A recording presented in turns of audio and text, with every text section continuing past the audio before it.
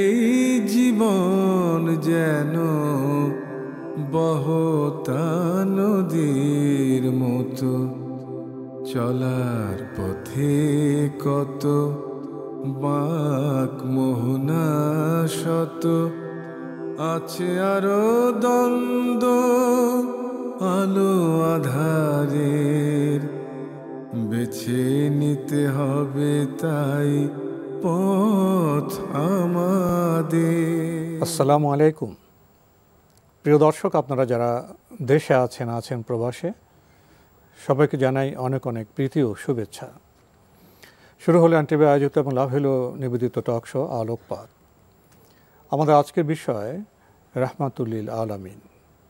আপনাদের সাথে আছি আমি জয়নুল আবেদিন আজাদ, আর আমাদের মাঝে অতিথি হিসেবে উপস্থিত আছেন বিশিষ্ট আলেম শেখ আহমদুল্লাহ।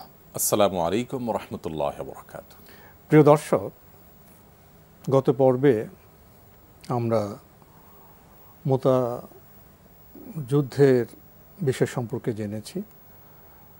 যুদ্ধক্ষেত্রে যে চিত্র, সেই চিত্র সম্পর্কে জেনেছি এবং দৃশ্যমান জগৎ, অদৃশ্য জগৎ, সে বিষয়ে আমরা গুরুত্বপূর্ণ কিছু শব্দ উচ্চারণ করেছি। সে জগতে আমাদের প্রবেশ করতে হবে আপন উদ্যোগে, আপন পাঠনের মাধ্যমে।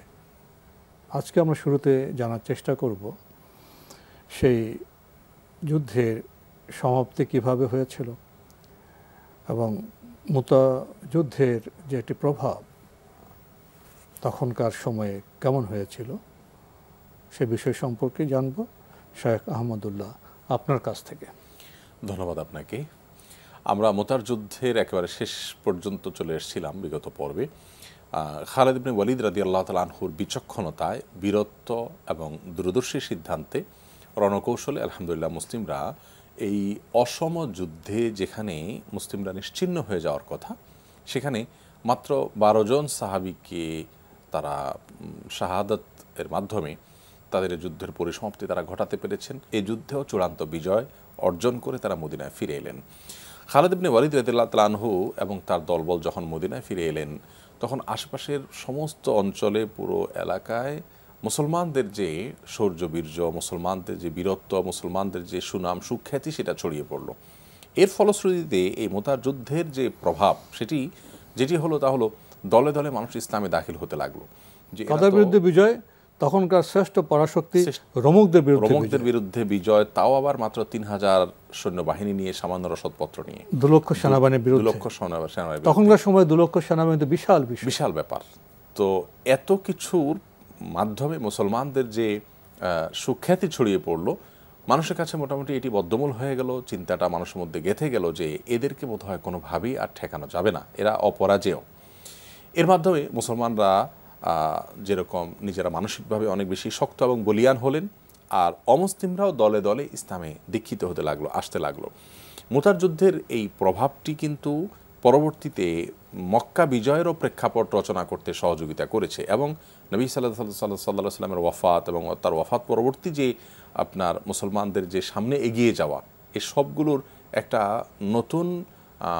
নতুন একটা ইতিহাস, নতুন একটা পাঠ রচনা করে দিয়েছে এই মুতার যুদ্ধটা। অর্থাৎ মুতার যুদ্ধ তার আগের সমস্ত ঘটনাকে ছাপিয়ে এখান থেকে মুসলমানদেরকে অন্য এক জগতে নিয়ে গেছে, যে সমস্ত জায়গায় আলোচনা, পর্যালোচনার কেন্দ্রবিন্দু সেটা মক্কাতে, মদিনায়, রোমানদের মধ্যে, আরব বিভিন্ন গোত্রদের মধ্যে, সমস্ত জায়গায়, পুরো বিশ্বে তখনকার বিশ্বের সব জায়গাতে আলোচনার মূল কেন্দ্রবিন্দু ছিল যে এটা কি করে সম্ভব। এবং আমরা আজও যদি চিন্তা করি, 2 লক্ষ মানুষের বিপরীতে 3000 মানুষ যত অস্ত্রশস্ত্র সজ্জিতই হোক না কেন, কোনোভাবেই তারা টিকে থাকার কথা নয়। সেখানে যুদ্ধ করে জিতে, পরাজিত করে প্রতিপক্ষকে, তাদেরকে পিছু হটতে বাধ্য করে তারপরে ফিরে চলে আসা, এই বোধহয় মুহাম্মদ সাল্লাল্লাহু আলাইহি ওয়াসাল্লাম আল্লাহর সাহায্য ছাড়া কি সম্ভব? কোনটি নয়। এবং কোন ধরনের বান্দা কিন্তু আমরা আল্লাহর সাহায্য পাওয়ার মতো উপযুক্ত বান্দা ছিলেন তারা, এজন্য তারা বিজয় লাভ করতে পেরেছে। আল্লাহ তাআলা কোরআনে বলেছেন যে লা তাহিনু ওয়া লা তাহজানু ওয়া আনতুমুল আ'লাউনা ইন কুনতুম মুমিনিন। তোমরা হীনমন্য হবে না, তোমরা পেরেশান হবে না, ডিপ্রেশনে ভুগবে না, তোমরাই বিজয়ী হবে যদি তোমরা মুমিন হয়ে থাকো। আজও আমি ব্যক্তিগতভাবে একজন মুসলিম হিসেবে আমি যদি কোনো কারণে নিজেকে পরাজিত ভাবি, তাহলে সেটা আমার ইমানের দুর্বলতার কারণে, সেটা আমার বিশ্বাসের দুর্বলতার কারণে। হতাশ হওয়াতে ইসলামে নিষিদ্ধ, তো নিষিদ্ধ। হতাশ হওয়া গুনার কাজ, গুনার কাজ। সবকিছু মালিক তো আল্লাহ, মালিক আল্লাহ। এবং এই যার পর যে তার হাতের উপরে এই বিশ্বাস যখন আমাদের মধ্যে বদ্ধমূল হবে, তখন আমাদেরকে আসলে কেউই পরাজিত করতে পারবে না, কেউ আমাদেরকে আর ঠেকিয়ে বা পিছিয়ে রাখতে পারবে না। সাহাবীরা এই চেতনাটা তাদের মধ্যে ধারণ করতে পেরেছিলেন। আজ এটার সংকট আমাদের সবচেয়ে বেশি মুসলমানদের, যা আমাদের আস্থার ঘাটতি। আপনি দেখুন, আমরা বলছিলাম নিরাশ হওয়া যাবে না, হতাশ হওয়া যাবে না, কোনো ক্ষেত্রেই না। আমি অসুস্থ আছি, আল্লাহ তাআলার উপর ভরসা থাকবে। আমার দেয়ালে পিঠ থেকে গেছে, তখন আল্লাহর উপর ভরসা থাকবে। বিশ্বাস এবং আস্থা এবং ঈমান এবং আকীদার বলে যদি আমরা চলি, তার পাশাপাশি ধৈর্য সহকারে, তার পাশাপাশি বাহ্যিক যে আমাদের উপায় উপকরণ আছে সেগুলো আমরা আমাদের সাধ্য অনুযায়ী গ্রহণ করি, তাহলে ইনশাআল্লাহ মুসলমানকে কোনো শক্তি কোনোভাবেই পিছিয়ে ফেলে রাখতে পারবে না।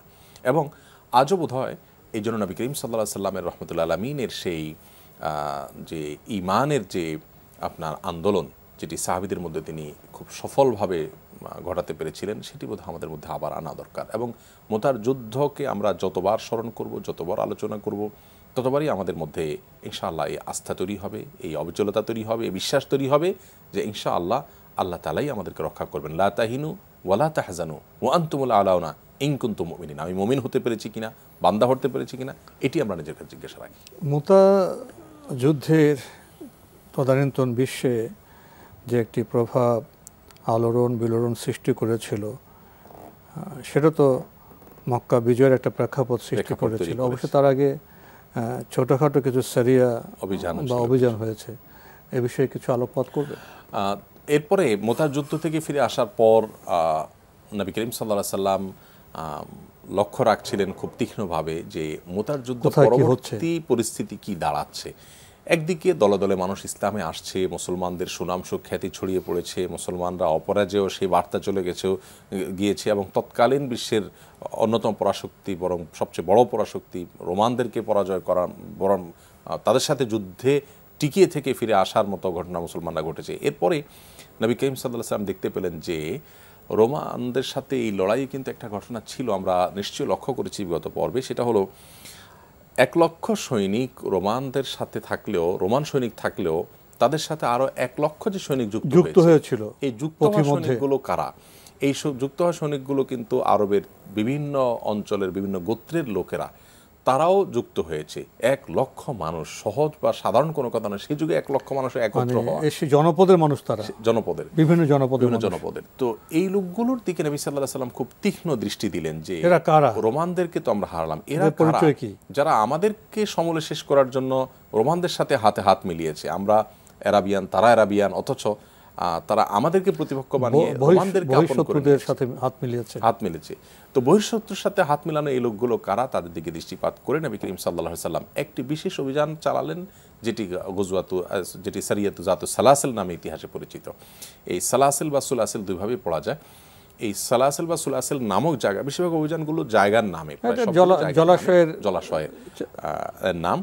তো জলাশয় তো আরবে খুবই একটি কাঙ্ক্ষিত বিষয়, প্রসিদ্ধ বিষয়। তো ওখানে ওই জলাশয় ছিল বলে ওই সুলাসিল এটার নামে পুরো এলাকার নাম হয়ে গেছে। তো এই অভিযানটা ওই এলাকায় ছিল যে সেখানকার মানুষ যারা যুক্ত হয়েছে তাদেরকে দমানোর জন্য। সেখানে কোজাহা ছিল, এটি একটি বর্ণনা। আরেকটি বর্ণনা হলো যে কোজাহার লোকরাই মদিনাতে আক্রমণের প্রস্তুতি নিচ্ছিল। এরপর নবী করিম সাল্লাল্লাহু আলাইহি ওয়াসাল্লাম এটি জানতে পারার পর তিনি 300 জনের একটি বিশেষ বাহিনী গঠন করলেন এবং এই বাহিনীর নেতৃত্বে দিলেন আমর ইবনে আস রাদিয়াল্লাহু তাআলা আনহুকে। আমর ইবনে আস রাদিয়াল্লাহু তাআলা অত্যন্ত বিচক্ষণ সাহাবী ছিলেন, আলেম সাহাবী ছিলেন। তাকে দায়িত্ব দেওয়ার পর তিনি উত্তর আরব সীমান্তে এই আপনার যেখানে কোজাআরা গোত্রের মানুষরা বসবাস করে, তাদের সাথে লড়াইয়ের জন্য নবী করিম সাল্লাল্লাহু আলাইহি ওয়াসাল্লাম আমর ইবনে আসকে পাঠালেন যে তাদেরকে দমন করা হোক, যারা আক্রমণের প্রস্তুতি নিচ্ছে, আবার আমাদের বিপক্ষে বহিঃশত্রুর পক্ষ নিয়ে আমাদের সাথে যুদ্ধ করেছে, ক্ষয়ক্ষতির চেষ্টা করেছে, তাদেরকে দমন করা হোক। যখন তারা রওনা দিলেন, রওনা দেওয়ার কিছু দূর যাওয়ার পর তারা জানতে পারলেন যে মূলত কোজাআর লোকেরা প্রচুর পরিমাণে সৈন্য সমাবেশ করেছে এবং তারা প্রস্তুতি নিয়ে অগ্রসর হচ্ছে। তখন আমর ইবনে আস রাদিয়াল্লাহু তাআলা আনহু মদিনা কাছেই ছিল ততক্ষণে, খবর পাঠালেন। নবী করিম সাল্লাল্লাহু আলাইহি ওয়াসাল্লাম সেখান থেকে আরও 200 সাহাবী, 200 সৈনিককে পাঠালেন এবং সেই 200 সাহাবীর নেতৃত্বে ছিলেন আবু উবাইদা ইবনুল জাররাহ রাদিয়াল্লাহু তাআলা আনহু এবং তাদের মধ্যে ছিলেন আবু বকর, ওমর রাদিয়াল্লাহু তাআলা আনহুমা, সিনিয়র সাহাবীরা। নবী করিম সাল্লাল্লাহু আলাইহি ওয়াসাল্লাম তাদেরকে সবাইকে পাঠালেন। একটা সমৃদ্ধ বাহিনী গঠন হলো এবং সেখানে সিনিয়র সাহাবী এবং বিচক্ষণ সাহাবী, আলেম সাহাবী সবাই ছিলেন। তো এই অভিযানে তারা তাদের যে কৌশল ছিল সেটা ছিল তারা রাতে হাঁটতেন এবং দিনে তারা ঘুমোতেন। এখনও যারা আমরা মানুষের চোখে না পড়ে, হ্যাঁ, এটা এর দুটি কারণ। এটা প্রথমত যাতে করে প্রতিপক্ষ কোনোভাবেই আমাদের সংখ্যা সম্পর্কে তথ্য সংগ্রহ করতে না পারে। রাতের অন্ধকার আমরা পার হচ্ছি, কতজন আছি, কি আছে না আছে সাথে, এটা কঠিন হয় এবং দিনের বেলা আমরা নিবৃতে শুধু শুয়ে পড়ছি, অনুমান করা কঠিন হচ্ছে। তো এটা ছিল তাদের কৌশলের অংশ। আরেকটি কারণ ছিল যে এমনিতেই মরু অঞ্চলে গরমের দিনে দিনের বেলায় পথ পাড়ি দেওয়া বা হাঁটা বেশ কঠিন ছিল, রাতে তুলনামূলকভাবে হাঁটাটা সহজ ছিল। তো এই জন্য তারা এই কৌশলটি অবলম্বন করেছেন। বেছে নিতে হবে তাই পথ আমাদের, দিনে বিশ্রাম, রাতে পরিভ্রমণ। তো এই কৌশল অবলম্বন করে তারা অগ্রসর হচ্ছিলেন। অগ্রসর হতে হতে যখন তারা সেই কোজা গোত্রের মানুষদের কাছে গিয়ে পৌঁছালেন, মুসলমানদের এই সংখ্যা, প্রস্তুতি, তার আগের যে বীরত্ব রোমানদের সাথে তারা দেখিয়েছেন, সবগুলো বিষয় সামনে রাখার পর কোজা গোত্রের লোকদের পিছু হটা ছাড়া তাদের সামনে আসলে আর কোনো উপায় ছিল না। তারা ভিতর সন্ত্রস্ত হয়ে পড়ল। ভিতর সন্ত্রস্ত হয়ে মোকাবেলার পরিবর্তে তারা বরং ভেগে গেল। আলহামদুলিল্লাহ, এখানে কোনো প্রকার সংঘর্ষ বা রক্তক্ষয় করা ছাড়াই সাহাবায়ে কেরাম তাদেরকে দমন করে মদিনায় ফিরে এলেন। নবী করিম সাল্লাল্লাহু আলাইহি ওয়াসাল্লামের পরে আরেকটি ছোট্ট অভিযান পরিচালনা করেছেন। সেটারও পরিণতি এভাবেই শেষ হয়েছে, অর্থাৎ সেটাও কোনো যুদ্ধ বা রক্তক্ষয়ী সংঘর্ষ ছাড়াই শেষ হয়েছে। তো এই ছিল মুতা যুদ্ধের পরে ছোটোখাটো অভিযান, যেগুলো দিয়ে নবী করিম সাল্লাল্লাহু আলাইহি ওয়াসাল্লাম মোটামুটি মুতা যুদ্ধ পরবর্তী যে পরিস্থিতি, সেই পরিস্থিতিতে মদিনাকে স্থিতিশীল রাখার জন্য তার প্রচেষ্টা, দুষ্ট লোকদের দমনের যে কৌশল ছিল, সেটি মোটামুটি এর মাধ্যমে তিনি সম্পাদন করেছেন। এরপরে তো আমাদের যেতে হবে সেই মক্কা বিজয়ের দিকে। আজ নয় কোনো প্রতিশোধ। তো সেই প্রেক্ষাপটে মক্কা বিজয়ের দিকে তো যাওয়া হলো, কখন কিভাবে? মক্কা বিজয়ের ঘটনার প্রেক্ষাপট যেটি, প্রতিটি ঘটনারই নবী করিম সাল্লাল্লাহু আলাইহি ওয়াসাল্লামের প্রতিটি অভিযানের পেছনের গল্প আছে এবং সেই পেছনের ঘটনা এটি হলো মূল ঘটনা। আসলে মক্কা থেকে তিনি চলে এসেছেন মদিনায়, ওমরা করতে গিয়েছেন, সেখানেও বাধা, শর্ত আরোপ, সেটাও মেনে নিয়েছেন। কিন্তু তাতেই কি মক্কার মুশরিকরা ক্ষান্ত ছিল? শান্তিতে থাকতে যে সন্ধি হয়েছে, হুদায়বিয়ার সন্ধি, সেটা তো ভঙ্গ করা হলো। জি, মাতৃভূমিতে থাকবো আমি, আমার অধিকার থাকতে দেয়া হলো না, বাধ্য করা হলো মদিনায় গিয়ে আশ্রয় নিতে। সেখানে গিয়ে শান্তিতে থাকবো, সেটাও থাকতে দেয়া হলো না। নানাভাবে আক্রমণ, মদিনা ঘেরাও, মদিনা দখলের চেষ্টা এবং আগ্রাসী ভূমিকা একের পর এক রেখে যাওয়া। হজ ও উমরা করতে দেওয়া হলো না। এরপরে ওমরা করতে গেলেন, সেখানে বাধা, শর্ত আরোপ করা হলো অপমানকর বাহ্যিক দৃষ্টিকোণ থেকে সব শর্ত। এরপরে যে জায়গাটাতে আসছি, যে এত কিছুর পরও ঠিক আছে সন্ধি হয়েছে, সেই সন্ধিটা মুসলমানরা মেনে নিয়েছেন, সন্ধিটা শেষ পর্যন্ত রক্ষা করা হলো না, সেটাকেও মক্কার মুশরিকরা ভেঙে ফেলে। হুদায়বিয়ার সন্ধি, সে সন্ধির একটি গুরুত্বপূর্ণ পার্ট ছিল, অংশ ছিল যে মক্কা হোক মদিনা হোক, এই দুই জায়গা এবং দুই জায়গার পার্শ্ববর্তী যে গোত্রগুলো আছে, তারা চাইলে এই দুটি পক্ষ, মদিনার মুসলিমরা আর মক্কার মুশরিকরা, তাদের যে কারোর পক্ষ অবলম্বন করতে পারবে। যে কোনো গোত্র যে কারোর পক্ষ অবলম্বন করতে পারবে, চুক্তি করতে পারবে এবং তাদের সাথে তাদেরকে মিত্র হিসাবে ঘোষণা করতে পারবে। তো এই অনুযায়ী, এই চুক্তির শর্ত অনুযায়ী মক্কার পার্শ্ববর্তী খুজাআ গোত্রের লোকেরা, তারা মূলত নবী করিম সাল্লাল্লাহু আলাইহি ওয়াসাল্লাম অর্থাৎ মুসলমানদের মিত্র হিসেবে নিজেদেরকে ঘোষণা দিল। আর বনু বকর, যারা এই খুজাআ গোত্রের লোকদের সাথে ঐতিহাসিকভাবে দ্বন্দ্বলিপ্ত ছিল যুগ যুগ ধরে, তাদের দীর্ঘকালের প্রতিপক্ষ ছিল, সে বনু বকর, তারা খুব স্বাভাবিকভাবে, যেহেতু খুজাআ গিয়েছে মুহাম্মদ সাল্লাল্লাহু আলাইহি ওয়াসাল্লামের সাথে, অতএব তাদের চিরশত্রু যে বনু বকর, তারা তাদের প্রতিপক্ষের কাছে এলো, অর্থাৎ মক্কার মুশরিকদের দলে এলো। এর ফলশ্রুতিতে তাদের মধ্যে এক ধরনের স্নায়ুযুদ্ধ সবসময় চলত, এক পক্ষ অন্য পক্ষকে ঘায়েল করার চেষ্টা। তো নবী করিম সাল্লাল্লাহু আলাইহি ওয়াসাল্লাম, তার সাথে যারা ছিলেন, তারা তাদের যে সিদ্ধান্ত, তাদের যে সন্ধি, যে চুক্তি, সেটার উপর অটল অবিচল থাকলেও বনু বকর একবার রাতের অন্ধকারে আক্রমণ করলো বনু খুজাআকে এবং সে আক্রমণে বেশ কিছু মানুষকে হত্যা করলো। এই ঘটনায় মূলত নবী করিম সাল্লাল্লাহু সাল্লামের মিত্রের উপর মক্কার মুশরিকদের মিত্ররা আক্রমণ করলো, যেটা সন্ধির চুক্তির বরখেলাফ ছিল, যেখানে কথা ছিল যে কেউ কারোর প্রতি কোনো আক্রমণ করবে না, কেউ আক্রমণ করলে সেটা চুক্তি ভঙ্গ করারই নামান্ত। তো নবী করিম সাল্লাল্লাহু সাল্লামের মিত্ররা যখন আক্রান্ত হলেন বনু খুজা, এবং এই ঘটনা বুদাইল ইবনে ওয়ারকার মাধ্যমে নবী করিম সাল্লাল্লাহু সাল্লামের কাছে পৌঁছানোর পর নবী সাল্লাল্লাহু সাল্লাম খুবই স্বাভাবিকভাবে এটাকে চুক্তিভঙ্গ হিসাবে দেখলেন। দেখার পর তিনি মক্কার মুশরিকদের কাছে বার্তা পাঠালেন যে তোমাদের জন্য পথ দুটি খোলা আছে। প্রথম পথ হলো, যেহেতু তোমাদের মিত্ররা চুক্তি ভঙ্গ করেছে এবং আমাদের মিত্রদের লোকদের হত্যা করেছে, আমাদের শান্তি চুক্তি ছিল, যুদ্ধবিরতির চুক্তি ছিল, এটা লঙ্ঘন করেছে, অতএব তোমরা এখন সেই নিহত ব্যক্তিদের রক্তপণ আদায় করে দিবে।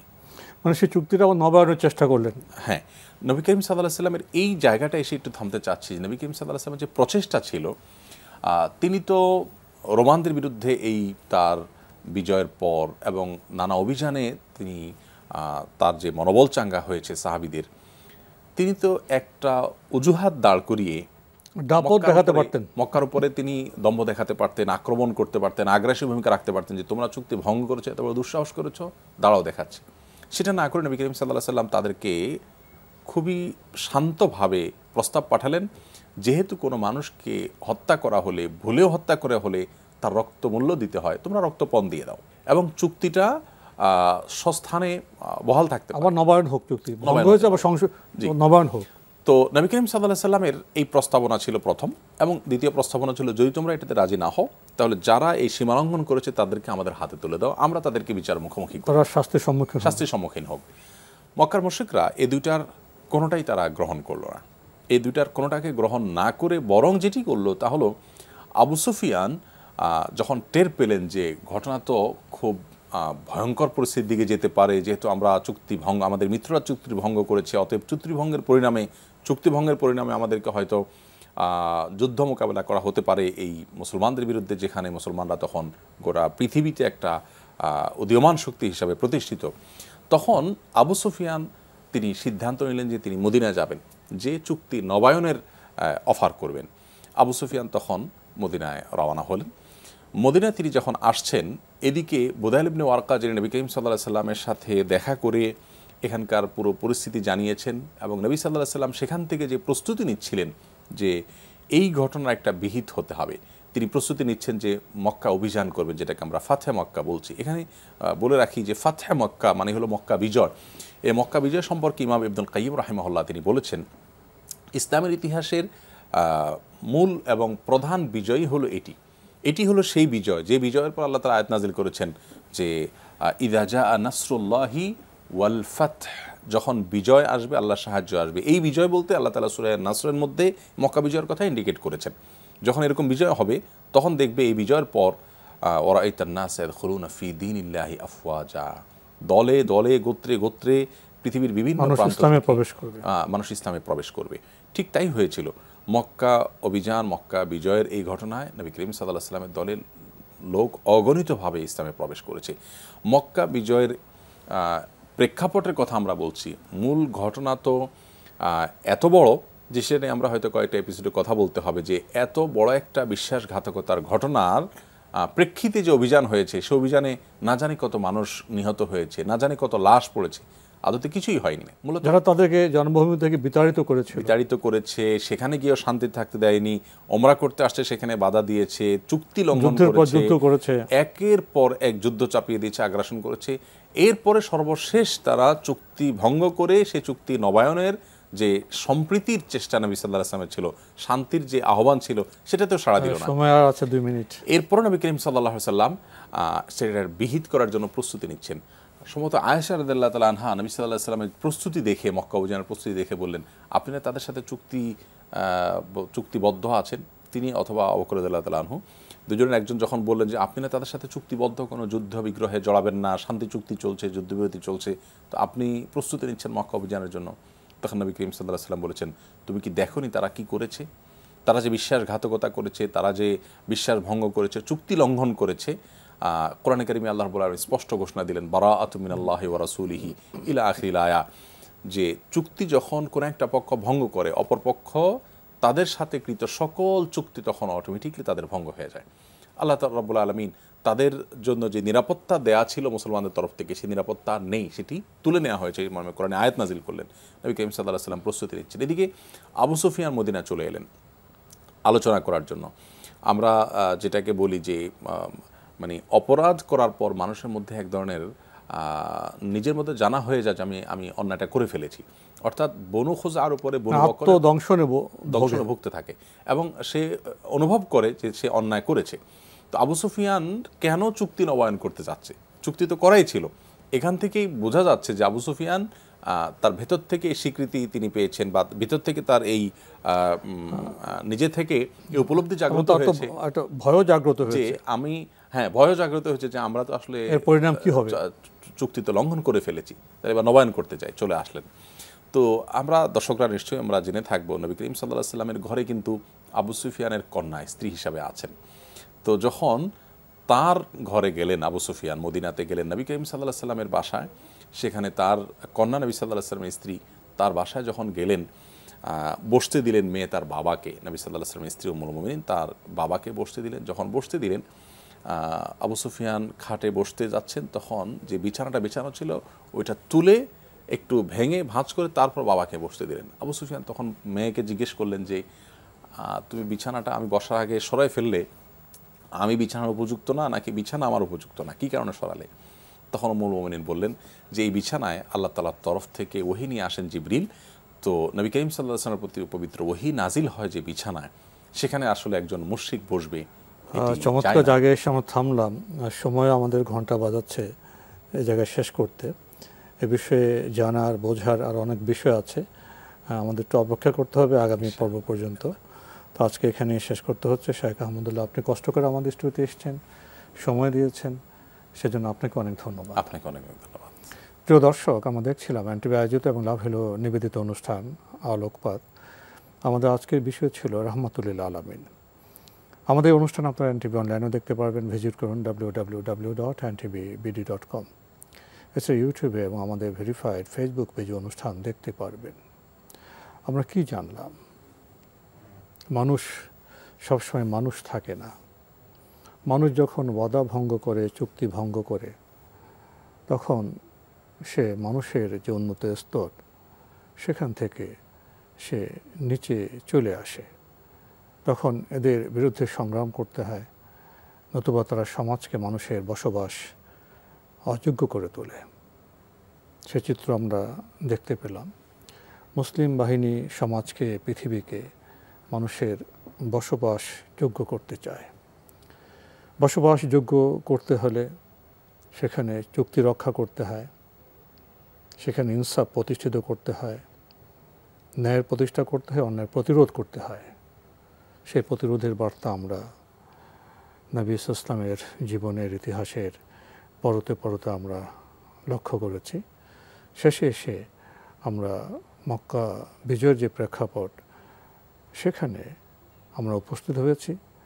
আমরা আরও বিশদ জানবো ইনশাল্লাহ আগামী পর্বে। প্রিয় দর্শক, মহান আল্লাহ আমাদের সবাইকে নিরাপদে রাখুন, রাখুন শান্তিতে। আসসালামু আলাইকুম। চলার পথে কত বাঁক মোহনা শত, আছে আরো দ্বন্দ্ব আলো আধারের, বেছে নিতে হবে তাই পথ আমাদের।